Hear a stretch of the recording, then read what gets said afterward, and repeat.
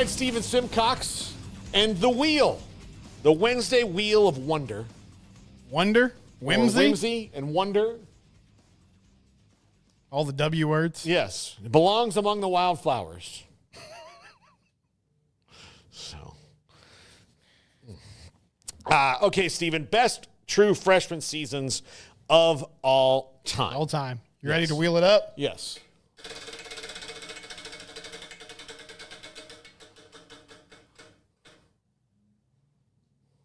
Adrian Peterson, 2004. Oh, well, I didn't think that we would get to the top of the list so fast. But there are two players in the running for this on this list to me, and he's number one.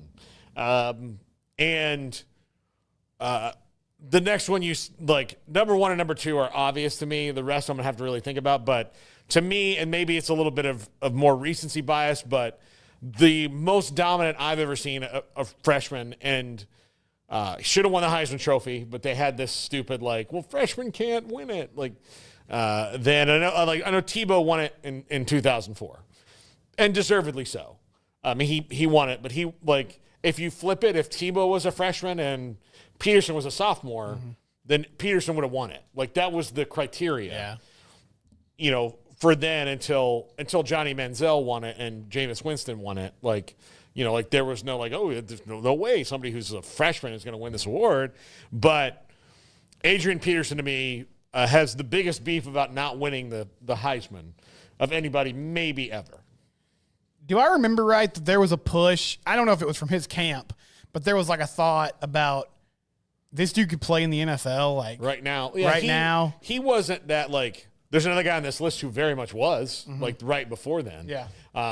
And so, yeah, he was – I think there was a push from people why, he should be allowed to play in the NFL right now, which, again, we'll spin the wheel. We'll get to some other history on this. But, yeah, these are all people who kind of push that, maybe should you be able to go now if you're ready? But ultimately, the NFL does not want that, because then they're going to turn to the NBA, and then you're going to have to save your – you have to spend money to save yourself from yourself, when you could have just been all right, There are a lot of guys that drafted in the NBA. If you just picked a 3-year starter that's going to be a power forward and get 12 rebounds and 15 points for you on a good day, you'd win more games than sitting a guy until he's 24. Yeah.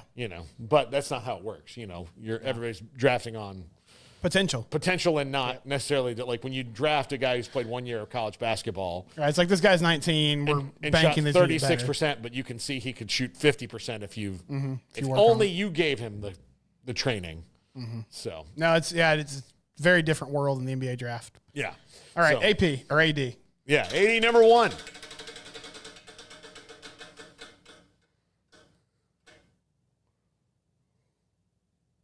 Oh, Ryan Williams this year, 2024. Especially given that he's on a veteran-laden team, and he's by far the best wide receiver they have. I mean, there's a lot of guys who've played a lot.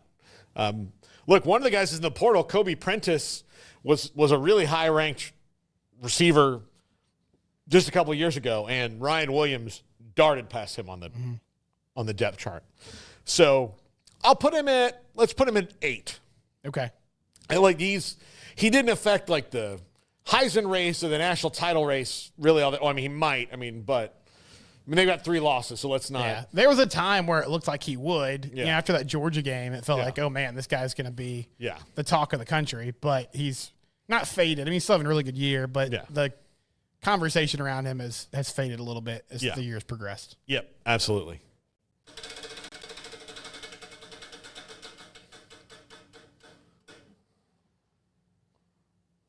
Ron Dayne, 1996. Great year, unbelievable freshman year in 96 for Ron Dayne. Eventually won the Heisman Trophy because Peter Warrick got suspended. Wouldn't have won it if Peter Warrick hadn't gone to Dillard's. This is a scientific fact, right? This is accepted as true now. Yes. The theory of relativity has been proven. We just still call it the theory of relativity. This is the Warrick hypothesis. It's on the Dillard's bell curve, whatever, But, yeah, he was great. I'm still going to I'll put him at 10. Okay. Yeah. So we have 1, 8, and 10. Emery, is there a pen over there? Okay. Yeah, I should have brought a pen so you can mark these down. Yeah. We got 1, 8, and 10 filled out there. 1, 8, and 10.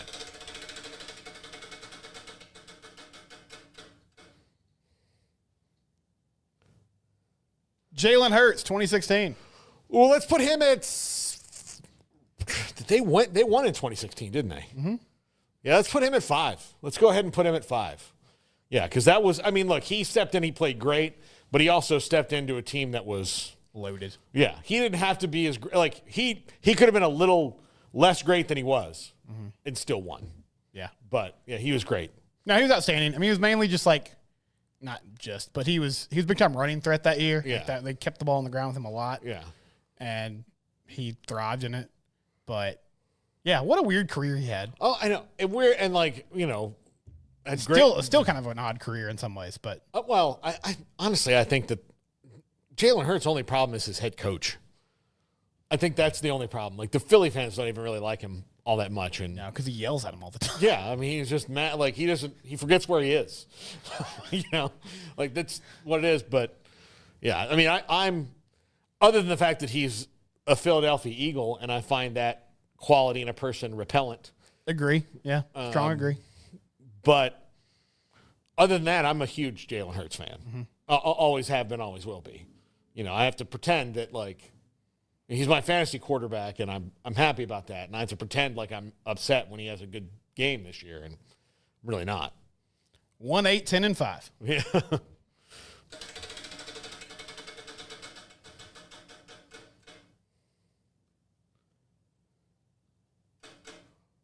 Let's go Trevor Lawerence. 6. I might be a little biased there. I'm going to put him at 6. He's very good, though. He's very, very good. I remember he bursted on the scene in that A&M game at Kyle Field. Mm-hmm. He stepped in and threw a couple touchdown passes. And, I mean, that was obviously, it typically is, but that was an insane, even more so than usual, insane environment for the Aggies that night. Both he and Deshaun Watson had to, because Dabo did not want to play a true freshman. Mm-hmm. He just didn't want to do it. He, it's old school. You don't want to play a true freshman. And both of them forced their way into the lineup where it's like, buddy, you gotta you're gonna have to make an exception here. Now Trevor Lawerence was easier for him because Deshaun Watson had come before, and Clemson had lost games because they were rotating him in and out. Didn't want to give him too much too fast. You're come DJ Lagway and Graham Mertz. Okay, do you want a chance to beat these guys, or do you want a chance to almost beat these guys and go, what could we have done differently? Oh, put a dynamic athlete in there. Who was the QB he pushed out? Garrett, do you remember? I mean, DJ Uiagalelei? Oh. Deshaun Watson? No. He pushed, he was a true freshman. He pushed the incumbent out, and that was, the first time we saw, because that guy. Kelly Bryant? Yes, Kelly Bryant. Because he mid-season was like, hey, I'm going to redshirt and transfer, which now is commonplace. But at the time, it was like, what? Yeah. I mean, it's a big story. Yeah. It's kind of like Quinn Ewers. All right, so we have 1, 5, 6, 8, and 10. Yes.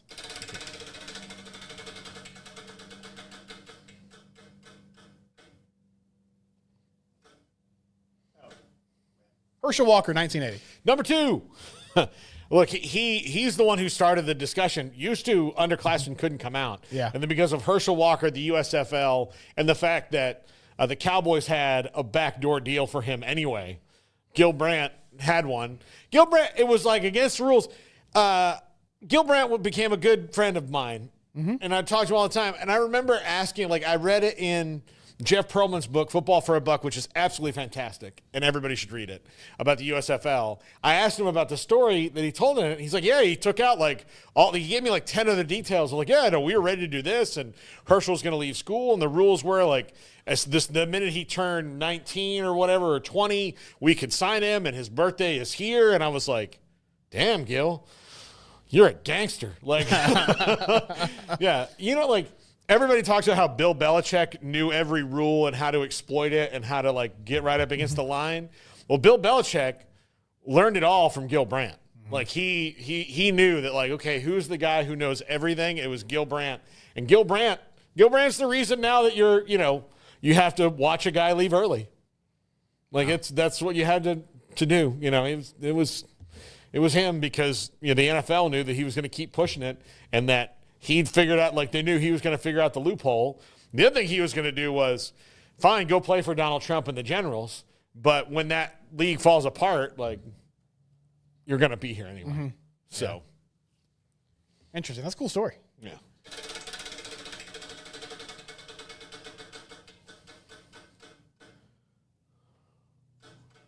All right, we'll go Jonathan Taylor, 2017.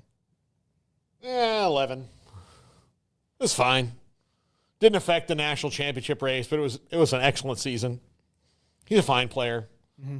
Wisconsin running backs just don't really. Yeah, there's a boatload of them. Yeah, it's just like it's hard to distinguish them, honestly. Yeah. I mean, it's great for Barry Alvarez and the subsequent coaches in the program, the rushing, prowess that they built. But,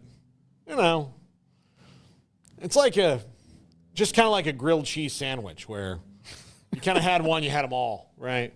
Occasionally you get a grilled cheese sandwich that's like unique. It's got some fancy cheese on it, like the one from Chef. It was really good. But most of the time, it's 2 pieces of white bread and American cheese. I went to a gourmet, like, grilled cheese sandwich place in Anchorage, Alaska, and it was like a 10-hour flight, and so I hadn't eaten anything that day. So to this day, it's still one of the best meals I've ever had. But I understand what you're saying. It was just because I was so hungry that probably anything would have been good.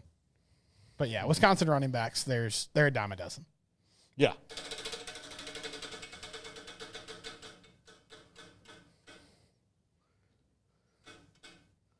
Jamelle Holieway. 3. He was fantastic. I think that was Barry Switzer's opus of that offense and what they did. So, yeah, I would put him at 3. We'll start kind of going rapid fire through these. Mike Williams, USC.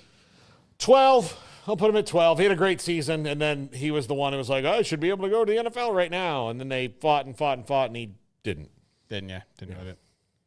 Ed Oliver, 2016. 9. Fantastic. I love defensive tackles. I love Ed Oliver, but, That was like peak Tom Herman, man. Yeah. That was like when Tom Herman was the dude. Yeah. Now he's fired from FAU. Yeah. Phillip Rivers, 2000. I think 7 and 6 are available. Phillip Rivers is no. Was that true freshman in 2000? Was I guess he was. Let's give him 6. Okay. Give him 6. And then Derrick Stingley Jr. in 2019. So he would be 7. 7. Yeah, he would be 7. He was legit. Is Derrick Stingley too low? Yeah, he's too low. Don't watch him lock up C.D. Lamb in that game. Oh yeah. Yeah, he's a pretty good corner. Yeah. So, yeah, I mean, I guess he maybe wasn't like as like pivotal to the. I tried to stick with like. Well, because they won the national championship that year, so they did, but that team was loaded. Yeah, he falls into like, oh, he was a true freshman. Well, that makes it even better. But right.